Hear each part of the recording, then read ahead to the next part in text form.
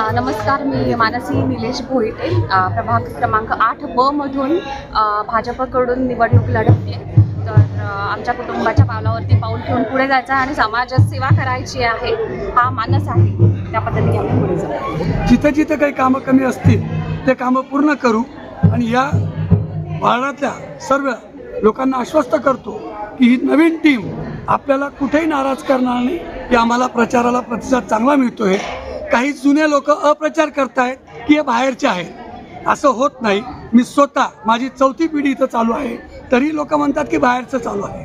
असं होत नाही. तिन्ही भोईटेंचं एक आपणच आत्ता पाहिलं, भोईटेंची राजकीय कारकीर्द फार मोठी आहे. त्यांच्यामुळे इथं कोणी आता जे नगरसेवक नाही आहेत भोईटेंनी त्यांना उदयाला आणलं इथं, आणि आज ते म्हणतात की भोईटे बाहेरचे आहेत. सागरजी जाबराव युवा कार्यकर्ता आहे, त्यांची पत्नी भुवी आहे, त्यांना म्हणतात बाहेरचे आहेत. बाहेरचे इथं कोणीच नाही.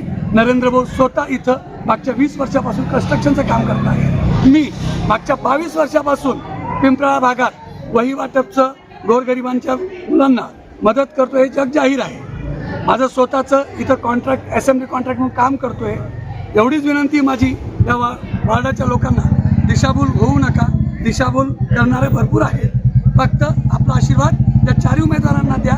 जय हिंद, जय महाराष्ट्र, जय श्री.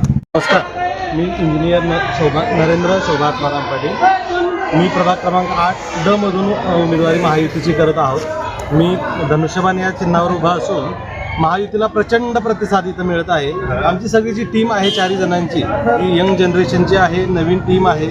आणि जे जुने धोरणं आहेत, जे जुने काही कामं प्रलंबित आहेत, ते आमचं पूर्ण करण्याचा पहिला मानस असून आम्ही नवयुवकांसाठी, ज्येष्ठ नागरिकांसाठी चांगल्यात चांगला काहीतरी उपक्रम आणण्याचा आमचा प्रयत्न राहील. व सर्व लोकांकडून, सर्व मतदारांकडून आम्हाला खूप चांगले प्रतिसाद मिळत आहे. धन्यवाद.